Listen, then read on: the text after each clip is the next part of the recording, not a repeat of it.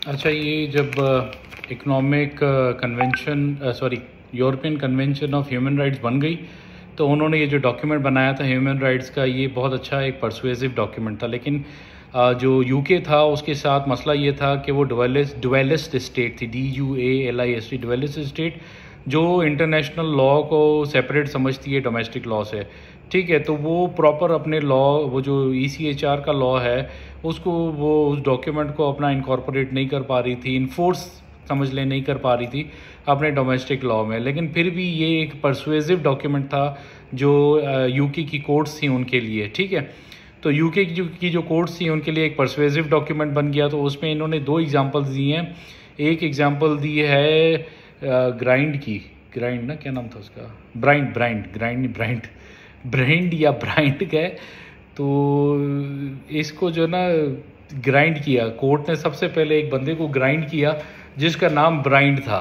ठीक है, तो जो ब्राइंड का केस था, ब्राइंड का केस क्या था कि उसने एक मिनिस्टर था, यूके का मिनिस्टर था, उसने बोला कि भाई ये जो BBC वाले जो टेररिस्ट वालों के साथ, टेररिस्ट ऑर्गेनाइजेशन या टेररिस्ट ग्रुप्स के साथ जो इंटरव्यूज़ या बाकी चीज़ें होती हैं वो ऑन एयर करते हैं, ये गलत है, ये नहीं करना चाहिए। तो इस पर जो ब्राइंड था जिसको ग्राइंड किया कोर्ट ने, तो इस ब्राइंड को कीड़ा हुआ, ब्राइंड ने केस कर दिया। तो वो केस का नाम था Brian versus secretary of state. उसमें ये कहा गया कि भाई ये तो फिर ECHR जो है ना, उसका आर्टिकल 10 है, वो कहता है right to free trial and speech, right to freedom of expression and speech है, तो ये तो आप हमारा कॉम्प्रोमाइज़ कर रहे हो। तो वो कोर्ट चला गया। ठीक है, तो एक तो ये फिर कोर्ट ने उनके आर्टिकल 10 के थ्रू ECHR के उस केस का फैसला किया उसके हक में, ब्राइंड के। दूसरा केस था वेडिंगटन वर्सेस मियाँ। वेडिंग और मियाँ, आपको पता है, वेडिंग शादी और मियाँ। तो जो वेडिंग एक बंदी ने या बंदे ने शादी कर ली, बंदी ने की होगी, बग़ैर मियाँ के कर ली, बग़ैर मियाँ के शादी की, तो मतलब उसने लॉ को फॉलो नहीं किया। लॉ को फॉलो नहीं किया तो ये जो वेडिंगटन वर्सेस मियाँ का भी केस है, उसमें भी यही मसला है कि शादी से पहले कार्रवाई कर ली तो मतलब दोस्ती कर ली, तो मतलब ये है कि आपका पास जो लीगल डॉक्यूमेंट नहीं था। ठीक है ना, तो इसमें वेडिंगटन वर्सेस मियाँ के केस में भी यही है कि जो बंदा था उसने कोई ऐसा ऑफेंस कर लिया जिसका लॉ ही अभी तक इनेक्ट नहीं हुआ था। ठीक है, तो जिस चीज़ का लॉ ही नहीं है, जिसका एक्ट ही नहीं है, तो उसका फिर आप उसको पनिश नहीं कर सकते। ठीक है, तो ये दो केस थे, ब्राइंड का केस जिसमें freedom of speech and expression था, और BBC वाला के टेररिस्ट वाला, और दूसरा जो था वो इसका था अपना वेडिंगटन वर्सेस मियाँ का, कि भाई जिस चीज़ का लॉ ही नहीं है, जिसका एक्ट ही नहीं है, उसके अगेंस्ट आप उसको सज़ा नहीं दे सकते। लेकिन ये एक परसुएसिव डॉक्यूमेंट था ECHR। मसला ये था कि जो कोर्ट थी उनकी भी लिमिटेशन थी। आपको पता है पार्लियामेंट बहुत सुप्रीम थी उस ज़माने में, तो पार्लियामेंट अगर कोई ह्यूमन राइट के वायलेशन का भी कोई रूल बना लेती थी तो कोर्ट कुछ कर नहीं पाते थे। जिसमें इन्होंने एग्जांपल दी, आपको याद होगा, Burma oil versus Lord advocate का केस था, जिसमें वॉर के दौरान जो है कि बमबारी वगैरह शेलिंग होती है तो घर तबाह हो जाता है। वो बंदा कोर्ट में केस कर देता है कि भाई मैं हमारा तबाही हो गई, इसका कंपनसेशन दो। वो तो बोलते हैं भाई कोई कंपनसेशन नहीं मिलेगा। क्यों नहीं मिलेगा?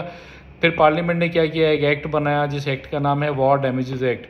हालांकि ये जो एक्ट बनाया गया था वो बाद में बनाया गया था, रिट्रोस्पेक्टिव एप्लीकेशन करके बोला तुम्हें कोई कंपनसेशन नहीं मिलेगा, लेकिन कोर्ट फिर भी कुछ कर नहीं पाए। ठीक है, तो अब ये सारी चीज़ें जब हो रही थी, कोर्ट की लिमिटेशन के मसले मसाइल आ रहे थे, और जो है आप दूसरा मसला ये था कि जो ECHR है वो डुअल स्टेट होने की वजह से यूके उस लॉ को, इंटरनेशनल लॉ को डोमेस्टिक पे अप्लाई नहीं कर पा रही थी। प्रॉपर ह्यूमन राइट का आप इन्फोर्स नहीं कर पा रहे थे ह्यूमन राइट्स को। प्रॉपर कोई डॉक्यूमेंट नहीं था ना यूके के पास।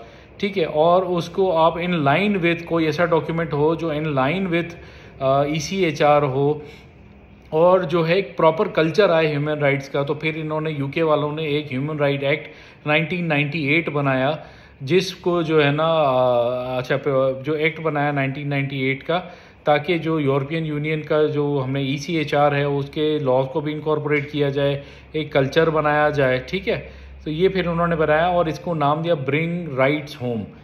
ठीक है, तो वो जो लॉ का डॉक्यूमेंट था, जो राइट्स का डॉक्यूमेंट था, वो इंटरनेशनल था ना, हमारा अपना नहीं था। तो हमें घर उस चीज़ को लाना था, उस चीज़ को लाना था। तो उसमें इन्होंने जो HRA 1998 बनाया उसको उन्होंने नाम ही दे दिया कि bring right home, bring rights home, rights कोई घर ले आओ, खुद ही अपना HRA 1998 बनाओ, अपना डॉक्यूमेंट बनाओ और उसको फिर फॉलो करो। तो अब मैं बताता हूँ कि HRA, अच्छा HRA इंपॉर्टेंट है 1998, इसके कुछ सेक्शंस बहुत इंपॉर्टेंट है।